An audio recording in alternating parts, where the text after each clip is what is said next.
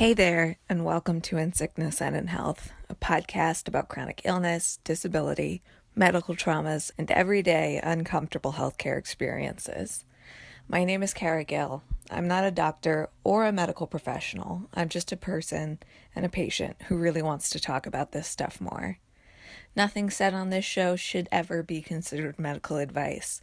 If you're experiencing a medical issue, please seek qualified medical help. I know the system sucks, but I do wish you a lot of luck. Every person is different, even within disease groups, so none of my guests should ever be regarded as official representatives or spokespersons for their conditions.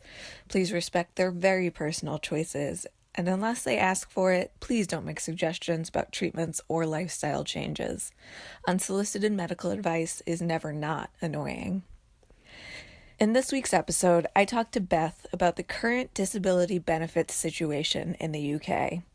Over the last few years, there have been cuts and measures introduced to reduce the amount of government spending on disability assistance and the NHS. We talked about the cuts to disability programs, the recent surprise resignation of the mastermind behind many of these cuts, and the NHS approach to pain management, or more accurately, the lack thereof. Most of my listeners are Americans, for whom the kind of social supports available in the UK, even as they're cut more and more, are unthinkable. In the US, it's quite difficult to get any sort of social support like disability payments, and the assistance leaves the majority of those on it in poverty. Disability assistance rarely makes it into the national political discourse, except for when politicians scapegoat those they believe are taking advantage of the system. Due to the economic turmoil of the last decade or so, sadly, this attitude is also growing in the UK and other countries with far more robust social safety nets than the almost non-existent one we have here in the US. The different approaches to the idea of a welfare state largely comes down to different attitudes about the role of government in society, taxation, and how those funds should be spent. The seeds of the welfare state in the UK were planted in the late 19th century and have been revised and reformed repeatedly over the years, with what is considered the modern welfare state introduced after the Second World War. It was during this time that the National Health Service, or NHS, was established with several other programs to alleviate the issues of poverty, homelessness, hunger, and disability. Over the years, as Beth points out in the interview, almost as soon as many programs were introduced, they were modified or dismantled by those in government wanting to reduce costs. I would really love to do more episodes with international guests.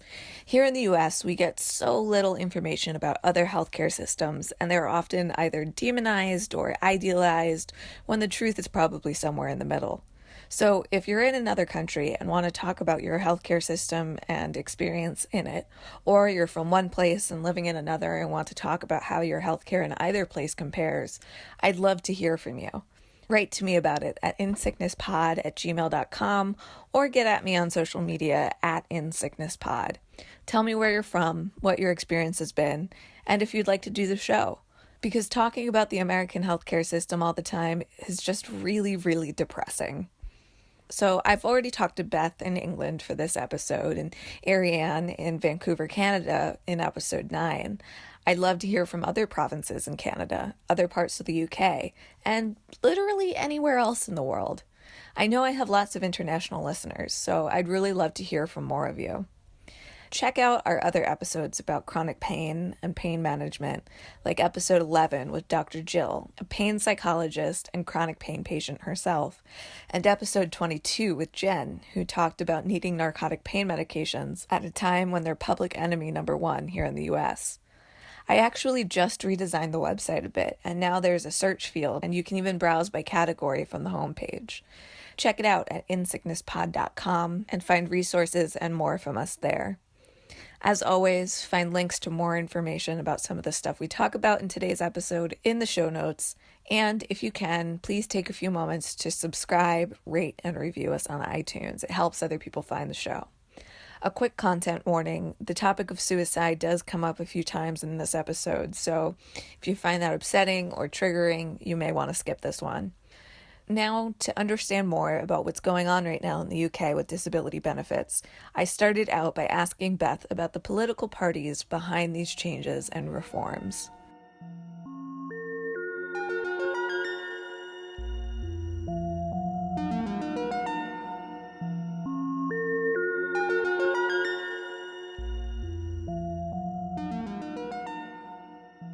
your system is approximately a two-party system. You have the Tories and the Labour Party, is that correct? Yeah. I mean, Tories also the Conservative Party. Like the Conservative Party is their like actual name, but lots of us call them the Tories. Oh, okay. Yeah. Just in case anyone thinks, oh, but I've heard of this other party. Yeah. And we have some other small parties. There's the Lib Dems, but I think like they've only got 6 MPs at the moment. They did have more last sort of Parliament, which our last general election was last May, and so before then it was the Tories and Lib Dems in a coalition for Mm-hmm. 2010 to 2015. But then in 2015 it became a Tory majority. And that's Yeah. when things really started to kind of go downhill Yeah. for Well, disabled people, right?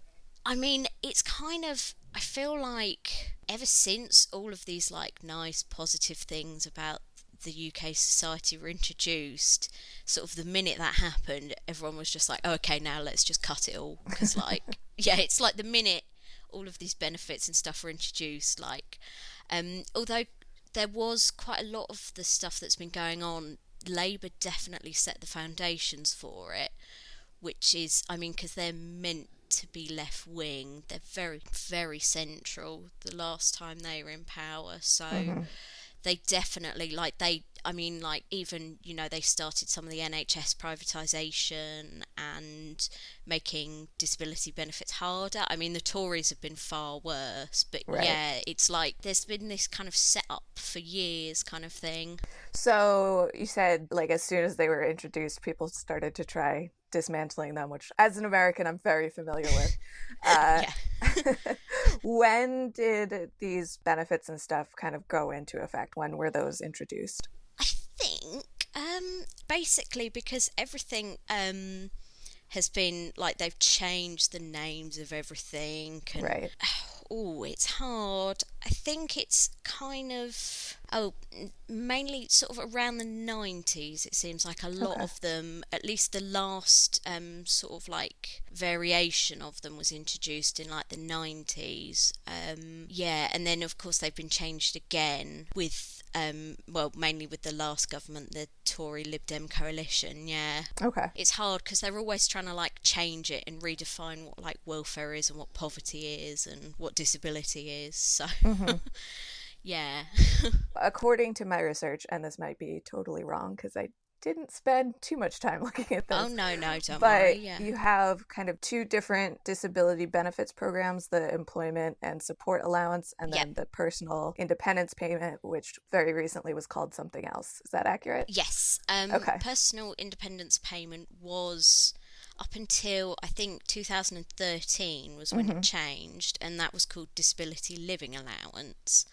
And basically the change was the difference between them was that personal independence payment or PIP is it's a cut compared to what dis- disabled living allowance was. So like to receive it for disabled living allowance, one of the conditions was, you know, you can walk up to 50 meters with severe pain, etc., that kind of thing. But with PIP, it's been cut down to 20. So it's Okay. already the plan was already to get I think it's 500,000 claimants they're hoping will either have their entitlement cut or cut completely as they're transferring over. I've always been on PIP because of when I applied, but mainly everyone is still in the process of transferring over from disabled living allowance to PIP. That's Okay. still all kind of happening because yeah, it's like it's taken a long time. Right. And so the ESA, the employment and Yes, support allowance, that's based on your means and just like how much assets you have, and then the yeah, PIP is based it's a point system based on the severity of disability. yeah. Basically, employment and support allowance is for people who can't work, dependent on whether they're put in the lower group, which is called work related activity group, or the higher group, which is called support group. For both, they're not able to work. Basically, if you're classed as able to work, you can't get it. But yeah, it does rely on your household income. So, say, like, if your partner's earning over a certain amount or doing like however many hours at work, and also how much money you have. Whereas PIP, there's not any limit on that. I think it's about a fifth of all PIP and disability living allowance claimants are in work, so it's not related to if you're working or not. Mm-hmm. And it, yeah, I mean, you can be doing a really high up executive job, earning like hundreds of thousands, millions, and you could still get it because it's just saying, I struggle with these activities. I've scored this many points, so this amount of money per week helps me overcome them, kind of thing. So you can access stuff a bit easier, kind of thing. Okay. Can you talk a bit about the fit to work tests that they've implemented and kind of the fallout and the consequences that that has had? Yeah, the fit to work tests, they're called work capability assessments. And they were introduced by Labour. I think it was 2009 ish. So yeah, the last Labour government, when they were changing it over to employment and support allowance, or at least starting to, because it used to be called incapacity benefit. Oh, what a Again, it's, charming name. yeah, I know. I mean, I still, because I'm on employment and support allowance, but I still get letters being like, oh, you don't have to pay this because you're on an incapacity benefit, and I'm just like, I'm not. Oh my god, they don't use that name anymore because it's terrible. Just, yeah, I mean, yeah. So basically, you have to prove that you either have that you're either basically expected to find it very difficult to find a job without a lot of support, and that would get you into the lower group, which is the work related activity group, or if you're expected, like me, to never be able to get a job, you go into the support group, where I think it's about a tenner or more per week at the moment, although they are introducing another cut to that, for the work related activity group. Yeah, so you have to. I had to go in for an assessment with a doctor, and I had to prove, I can't pick stuff up. Like, so you can't like work a factory job. I can't sit in an office chair because like my joints start dislocating because of the EDS, and and that I don't have the energy to like concentrate on stuff. So Mm-hmm. yeah, but of course it is really hard to get, especially if you've got rarer conditions, because you're just reliant on the assessor having heard of it Yeah. and listening to you properly, which is obviously, yeah, not. Sometimes it doesn't happen. Right.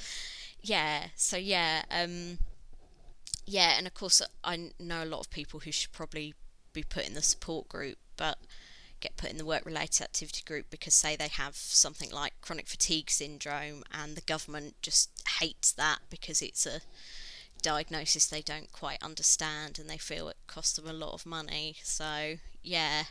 Now, I read that there's some evidence that these fit to work tests are leaving people without any support, and they are, in some cases, dying or committing Yeah. suicide as a result.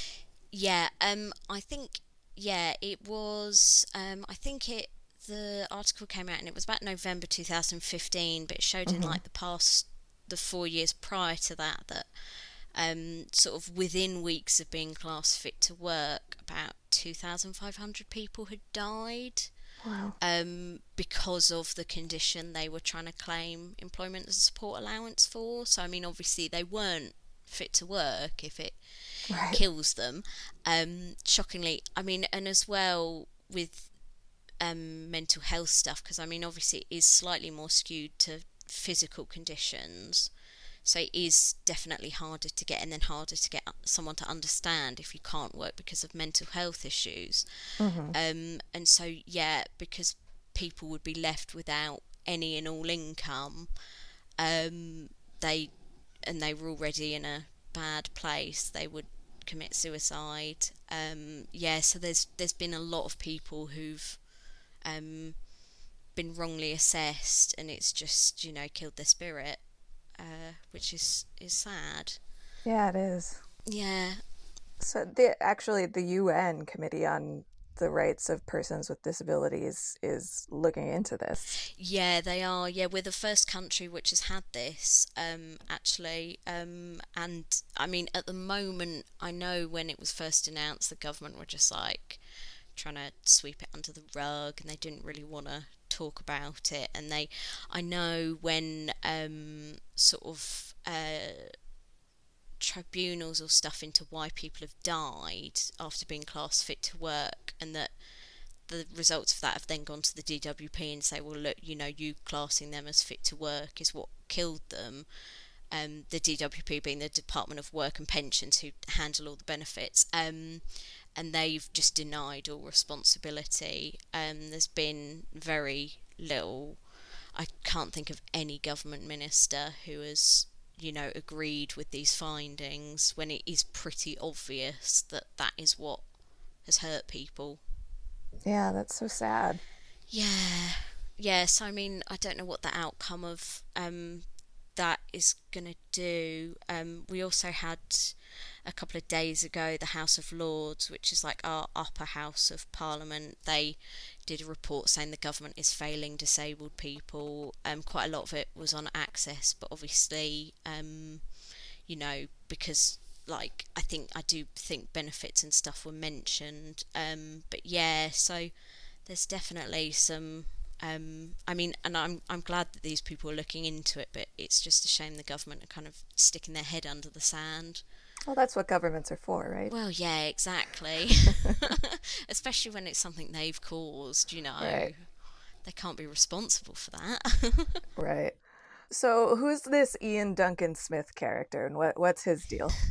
He was the Secretary of State for Work and Pensions, so he was in our cabinet. He was a government minister, and so he is the one. He was the one in charge of the DWP, the Department of Work and Pensions.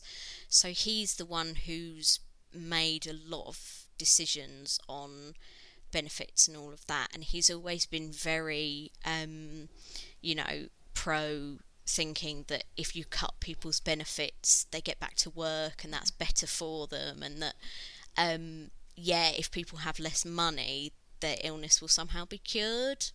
I mean, yeah, he was just like where I was just saying about governments sticking their head in the sand. I mean, he is just an absolute pro at that. Like, there'd be disability rights groups protesting by his office and stuff, and he cannot accept it. Goes on at sort of mainstream news programs, they talk about it. No, he's helping people. He's just completely convinced that what he's done is helping people, when actually it's been almost 6 years of making people's lives a lot worse. Yeah, which is always funny because when Labour were in power and he was in the opposition, because he was he was the leader of the Conservative Party at one point, but he was rubbish at that, so they booted him out. Um, but he was always he'd really critique the way Labour treated disabled people, and that they weren't getting the help they needed, and that it was impacting their lives, and that they deserved more rights. But then when he was put in that role, he just decided that no, people can work, because it's always about work. It's always about, can you get back to work? You're not a functioning member of society unless you are working. Yeah, that's just the like assumed position in the United States. Like that is. Yeah, no, I can imagine. Yeah, You it seems to be everywhere, and of course there's quite a lot of people who will never be able to work, and that's fine. Right. They shouldn't be made to feel bad because of it.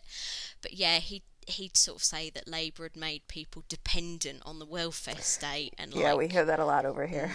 You seem to see it in news reports for sort of every country, don't you?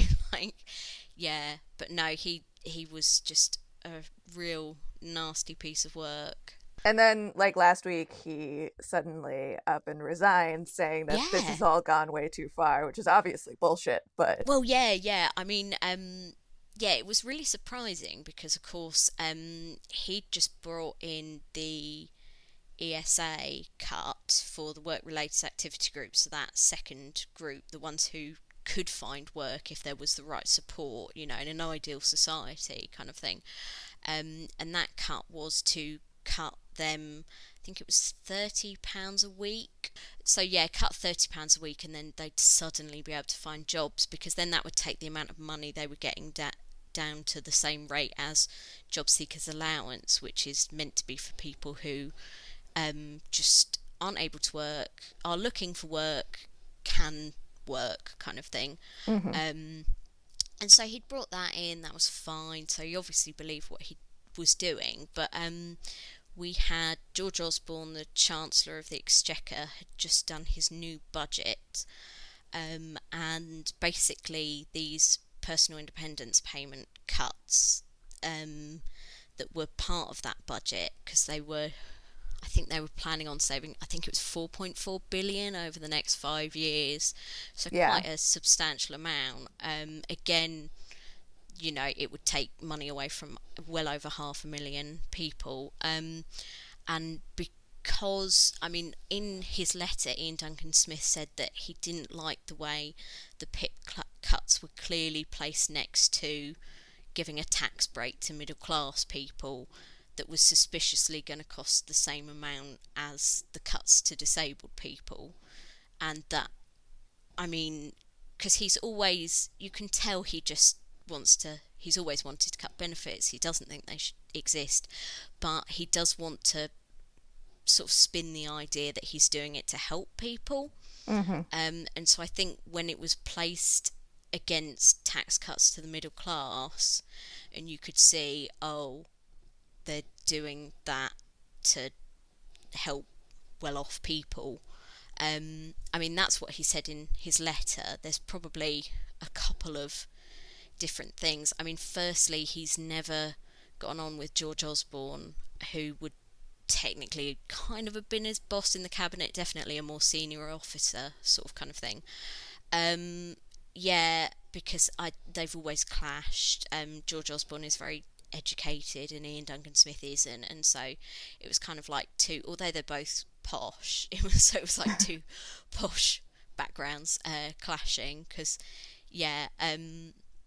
And then as well, I think because obviously, as I said, I think it's about a fifth of all the people who claim PIP work, so you can't frame it as you're trying to help people get back to work, when actually, no, quite a lot of people on that benefit do work, and it probably is the only way they're able to work, because they can Mm-hmm. get an adapted car or a PA, that kind of thing. So it just showed that it just wasn't, there to help people. It was just ideological. Um, I mean, of course, there's also the EU referendum coming up, where the UK is going to decide whether we're going to stay or leave the EU. Ah, yes, the Brexit. Yes, exactly. And he is very anti the EU. He always has been, never been a fan of it. Probably because it gives quite a lot of rights to disabled people. um, and whereas David Cameron, our Prime Minister, and George Osborne, the Chancellor, are very pro EU. They're definitely campaigning to stay in it. I don't think they think it's perfect, but so I think most of the cabinet want to stay in the EU, and I think, yeah, I think maybe he was getting a bit upset because he couldn't campaign fully for that, because they were saying, the cabinet has to kind of be united in one belief about it, kind of thing. There's also basically employment and support allowance is changing again soon, even though it only came in, I think, 2011.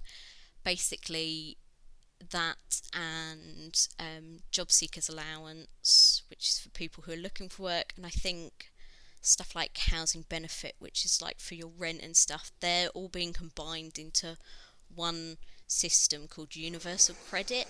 Yikes. um That yeah. sounds like a bad idea. Oh god. I mean, well, I mean, they're saying that people will get the same amount. But the problem has been is that, I mean, this has been in the works for at least 4 years now, and it's been a colossal failure. Like, they invested hundreds of millions into an IT system which now doesn't work and they're not Of using. course. Yeah, I used to work in IT, so that is not at all a Yeah, surprise to me. Just spend yeah, no, millions and millions and millions of dollars. And then by the time everything is in place, we have to change it all out again because it's not working. yeah, exactly, Yeah. exactly. And yeah, I think as well because he was trying to do it on, because he was trying to bring it in really cheaply. But of Hmm. course, changing a system across like that isn't cheap. So it's been just a colossal failure. And there was a court case 2 weeks ago. I think it was the High Court. And basically, Ian Duncan Smith lost his court case to try and keep the failures of Universal Credit out of public view. So he was like trying to make sure we didn't know actually how much he had wasted. So I think probably if the I think if the EU stuff wasn't happening, I think he would have stayed on until that had all come out. And then, of course, when stuff like that happens, ministers always resign. Right. They want to Just spend more as time with their family or something. exactly. All that rubbish comes out then. But I think he just thought he'd jumped the gun, and because if he's leaving and saying no, this budget is bad, it's undermining George Osborne and David Cameron and the whole staying in the EU camp. Even though he then went on to vote for the budget, so obviously he doesn't think it's bad because otherwise he could have very easily voted against it. But yeah, so it's, I mean, like, no one knows the real reason, but they're kind of like what we're all thinking. It's probably a whole combination of lots of stuff. Unfortunately, not simple, but it's definitely not for the reason he said, because he loves making disabled people's lives worse. Like, he must, otherwise he wouldn't have been able to sleep for the past 6 years. So, Yeah. yeah, I mean, this whole thing must be very scary because it sounds like yeah, things are constantly changing and those changes are pretty much for the worse. Like nothing seems to be, yeah. trending in a better direction. So, how has this affected you and your family and the people that you know? Yeah, I mean, it does cause a lot of stress for me. I just recently had to do my reapplication for employment support allowance because, although despite being placed in the support group, so even the government say I'm probably never going to be able to work, of course they have to reassess me every few years because I might have miraculously gotten better in some sort of miracle and I won't have reported it. Yeah, they do that in Because the US too. because I prefer to be on less money than I'd earn doing a full-time minimum wage job. I prefer to, have that that life. Well, I sure, don't you know. just get to spend all your time luxuriating at home. Yes, watching Netflix in bed and feeling terrible. Like, yeah, yeah. So I mean, and I had to just redo. It's like this 50-page form, Hmm. and it really in detail, like every little thing. So I had to redo that, and so yeah, that's very stressful. And those Um, are entirely paper forms, like you can't do it online at all. yes, no, Right. unfortunately not. What I do to make sure I keep a copy of the forms, and also because I can't really write anymore because it really hurts my arms, and Right. because That there's was a that lot was to why I was write. asking. Yeah, yeah. Yeah, no, you get this enormous envelope through the post and it's Mm. just a bundle of papers. So what I do is I type up all the answers and then cut them out and stick them in the boxes. Oh Um, wow. because then I can actually, or I can keep a copy of my answers, which is good for when you reapply, so you know what you Hmm. said last time. Also because they tend to destroy all your records after a certain period of time. So if you ever need to refer back to what you did say, they're not going to be able to give you that information. You have to keep it for yourself. So yeah, lots of writing for that, and so I probably will have to do another face-to-face assessment for that sometime soon. Hopefully a home one because now I use a wheelchair and therefore need it to be wheelchair accessible. But I think it's a really small percentage of the assessment offices are actually wheelchair accessible.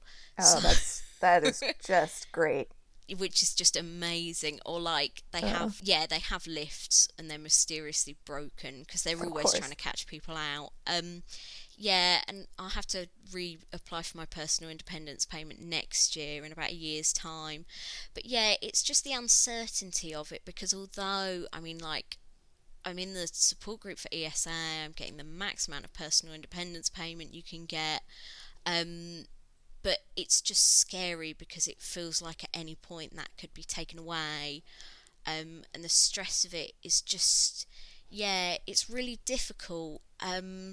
I mean, as well, because I live alone now. I was, until about a year ago, I was living with my dad. But I mean, that was in a house, and I was really struggling with the stairs. It wasn't accessible. There was no way we could make it wheelchair accessible. So I'd applied to go in for council housing, which is social housing. Because the issue of being on benefits in the UK is that no private landlord will rent to you. So I just couldn't, which wasn't helpful. Yeah. So where I'm living in council housing, and although it's unlikely that, I mean, because as well that's something the Conservatives don't like. So like, they might encourage my council to just sell my flat, and then I moved somewhere else that isn't as helpful for me. It's further away from my family. It's not as accessible, that kind of thing. Hmm. Um, And how much time would you get like between when you found out that was happening and when you had to move? I don't know, because I know now I have a sort of permanent rental contract with them, that they would have to find me somewhere better. So I mean, it is really unlikely that legally they could find any way to make me homeless. Hmm. I'd pretty much have to be running some sort of major drugs operation here, which is unlikely. Well, that's Yeah, a great way to make exactly. some money. Well, yeah, especially with the way the NHS treats pain here. But Yeah. yeah, yeah, so I find it really worrying, and I feel like it's definitely made my depression and anxiety worse. Because, and like when the budget came out and this bad news came out about cuts, it's just really upsetting, and I struggle more. Like, I definitely find a couple of days after any benefit news is announced, I'm really depressed because I'm Yeah. just worried for like me and people I know. I mean, as well, there's been things like the DWP have been caught at benefit tribunals taking Facebook photos off of the claimant's Facebook page, presenting them without the date or information. So even if it was taken before you were in your current state of disability, they say, well, look at this photo of her standing. This shows that she doesn't need these benefits, and she's lying. Mm. So it's stuff like that, like locking down my Facebook profile, untagging myself from photos, even though they were really old, because, like, I don't want, you know, Hmm. that. Yeah, Because God forbid any disabled person uh, ever has some fun. yeah, I know. And this is all stuff from when I was like back at university and my Yeah. health was much better. So, yeah, and so, yeah, it's just really worrying. And I mean, I'm especially worried for my sister who um, has, well, yeah, she's technically been diagnosed with chronic fatigue syndrome, although we're suspecting more and more that it actually is Ehlers-Danlos, Mm. just because that's what I have, and Right. It's genetics, so she scores enough points on the is it the Baton scale. yeah Baton scale, and the Brighton criteria on her own, let alone if she has a um direct relative with it. Hmm. And so, yeah, of course, and she's been treated very differently by the whole system, because chronic fatigue is obviously thought of as this thing that like people make up, and Hmm. that it's fake, people just aren't trying hard enough. She's gone into assessments, and doctors have said, oh, when we see a lot of people here who say they have that, and and she's in the work related activity group, so obviously I'm worried about if she got reassessed, or if they brought out the cut for that to everyone, that would affect her. Yeah, so it's like affected the whole family. And yeah, obviously I know a lot of people who are in the same situation. It feels like you don't get any break from it. Like there's Yeah. always something around the corner, and they're going to try and trip you up and try and take the money you're living off of. You know, yeah, it's really worrying. Yeah, that sounds like it. Sorry you have to go through that Yeah, no, thank you. garbage. Yeah, yeah, Um, you said that the NHS doesn't treat pain great, uh, yes. which, a lot of health systems don't. So I'm curious about like what the situation is there in the UK. Yeah, I mean, obviously, I mean, generally, we've got a lot of problems at the moment with the NHS because, again, Right. it's something that the Conservatives, they're not a fan of. They think if the private market took it over, we'd get better value for money, even though the US has shown that that Don't do doesn't that. work. No, I know. Believe me, I want to It is turn a up. disaster. I want to turn up to Parliament and yell at them. Believe me, because it's like that would be my worst nightmare. Yeah. So, I mean, obviously, services like that are already, for sort of marginalised people, are already very underfunded. Like, I mean, mental health care at the moment in the UK is non-existent, that kind of thing. I Yeah. think as well, because so much of the NHS has been privatised, it's not actually considered a national health service anymore because it's kind of they've privatised so much of it that it's been that tipping point, Mm-hmm. unfortunately. I mean, the problem with pain treatment here is because obviously where it's run by the central NHS, you get like NHS England, NHS Wales, NHS Scotland, NHS Northern Ireland. Um, so for like the four countries in the UK, and yeah, but they, especially with pain relief, they do not think well of uh, patients getting any form of useful pain relief. I had my one and only pain clinic appointment. It was last Monday, and it was not a good experience at all. It was just terrible. Because at the moment my pain relief is I'm taking pregabalin and duloxetine, and that's about it. So for the neuropathic pain, but I mean, Mm-hmm. it feels like my body's constantly on fire, especially my legs. It's why I now use a wheelchair. It's just it keeps me up at night. It affects the fatigue. It's such a terrible, terrible symptom that I wouldn't wish on anyone. Yeah. But yeah, that I think the NHS philosophy on using opiate medications is, you know, who cares if people are suicidal because of their pain, as long as they're not taking opiates, because that would be worse. And Right. because like, I don't want to be on opiates. I really don't. They make me feel really unwell. But I mean, what else am I meant to do? Because I'm kind of nearing the maximum doses of what I am on, and it's not working. And obviously, there's no medical marijuana here, so that's not an option. But yeah, no, I went in to see this pain specialist, and she just flat out said no to opiates ever being considered, even just considered, a treatment option.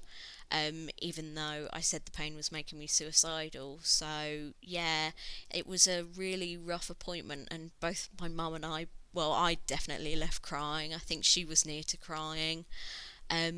Yeah, and she just said, "Oh, have you tried pacing yourself more and all of that kind of." She was talking about physiotherapy, and like I see some really specialised physios, but like they're not really there for pain relief because that's not really how EDS works. Right. Yeah, I mean, the woman who'd had an appointment before us left crying as well, so I kind of Mm. get the feeling this is all they do. Pain doctors in the UK is just turn people away because you have to find someone who's willing to go against the guidelines, and then if they get called out on it, be able to defend themselves from that and not get in trouble. So I think a lot of them just don't bother. But yeah, that was just awful. um Well, that is awful. yeah, so yeah, no, I know a lot of people who have no real pain management whatsoever, probably never will. Yeah. because of course opiates are the bad guys and they're evil, and even though the addiction rate, like in people who use them all the time, is barely higher than the general population, and all of that kind of thing. I think there's definitely they don't understand like the difference between dependence and addiction. Oh, definitely, definitely Oh not. God, No. yeah, no, exactly. Yeah, and so when it comes to opiates, they just do not get that. And yeah, I mean, I'm going to go back to my GP and see if she thinks there's anyone else who could give me a second opinion, but I don't know where else to turn because I'm not currently under any rheumatologists because the specialist one near me in EDS, her department has been cut so much that she can only see new referrals to diagnose people. Ugh. So I can't see her.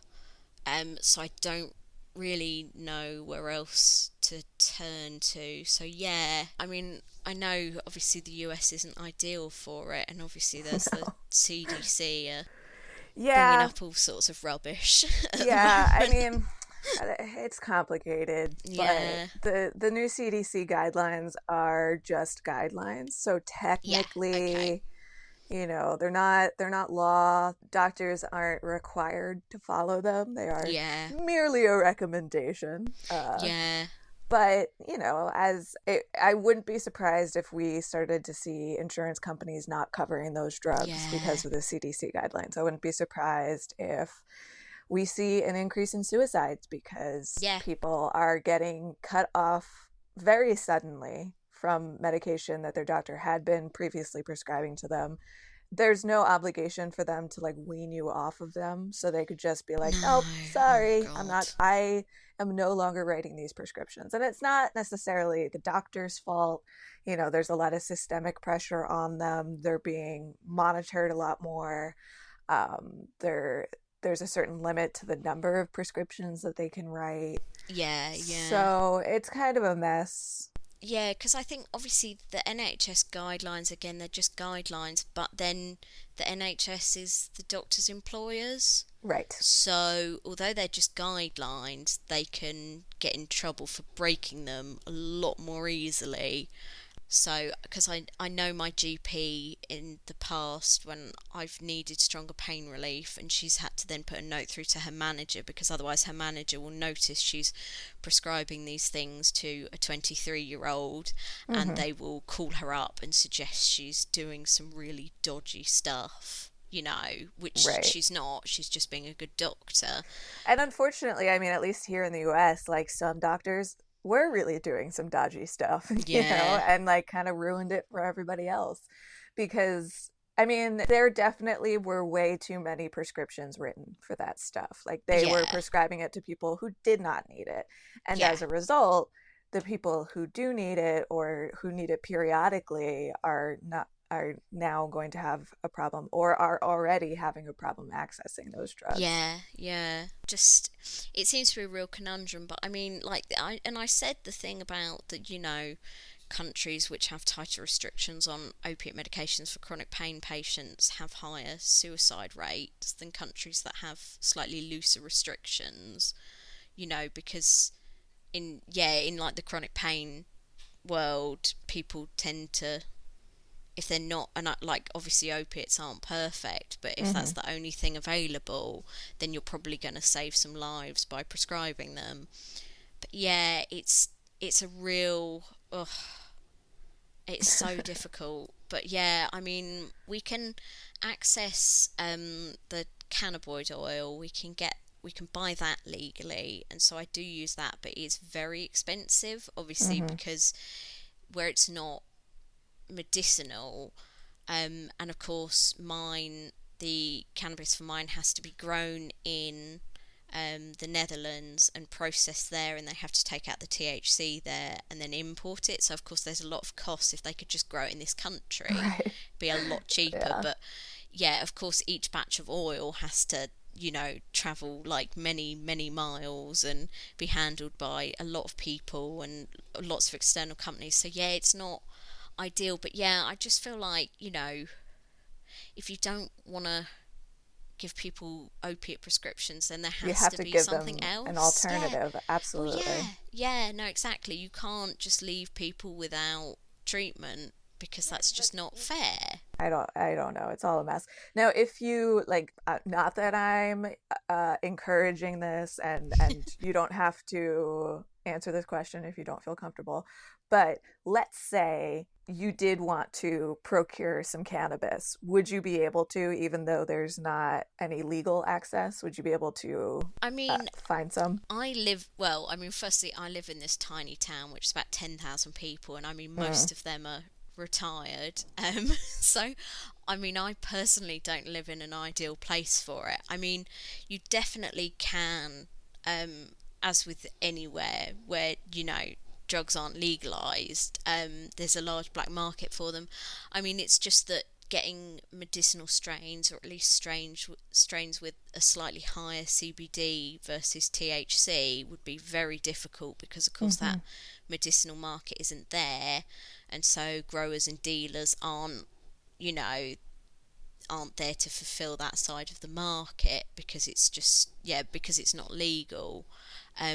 I mean, yeah, if I could get some and I knew the quality was good or something, then I would look into it definitely, because it just the pain gets to such a ridiculous point at some, you know, Yeah.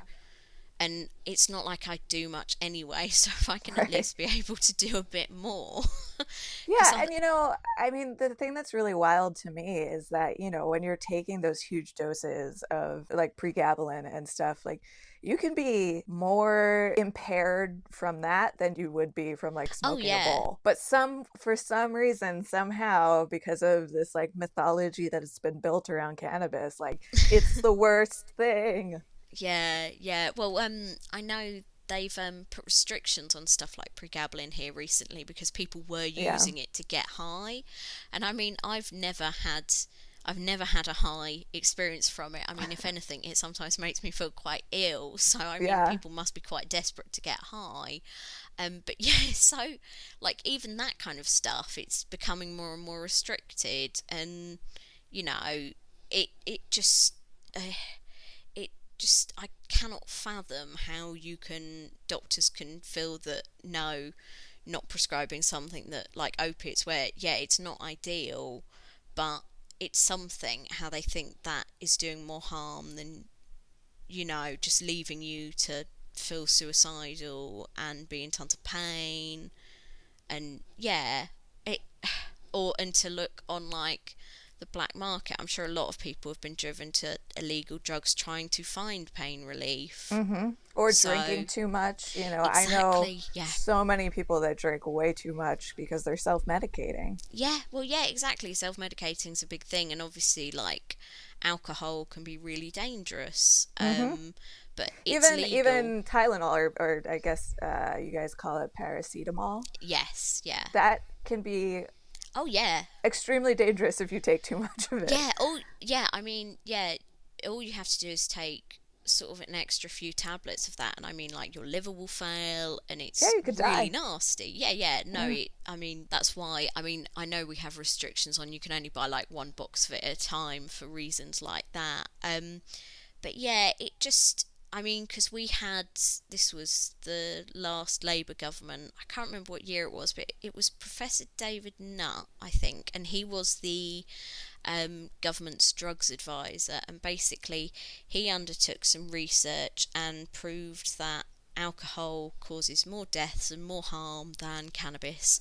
And Which so they is fired him. like, you don't Yeah. need to do a study Yeah, no, to find that out. Like, that is yeah, so obvious. I mean, and I think he was doing a Cochrane review, so it's like the review of tons of other studies Right. and all the metadata. So it's scientifically, it's a very good way of finding out if across a whole big population, this is worse than something else, that kind of thing. But yeah, and I mean, they didn't exactly fire him, but they made him resign. Yeah, because they just couldn't, and they tried to bury that report. They just Of couldn't course. bear the fact that, like, something they all do on a nightly basis Right. probably is worse than what they're prosecuting people for and sending to prison and fining and stuff. Yeah, so What a I nightmare. just, yeah, it really is. It really is. I wish all of these things were just easier for everyone because, yeah, Yeah. Well, on that very bright note, yes. is there anything else that you want to talk about? Um, yeah, no, just the how I don't know. I feel like everything's being eroded away, and I know it's happening in other countries too. But I feel like the UK's had such a good system for like Mm.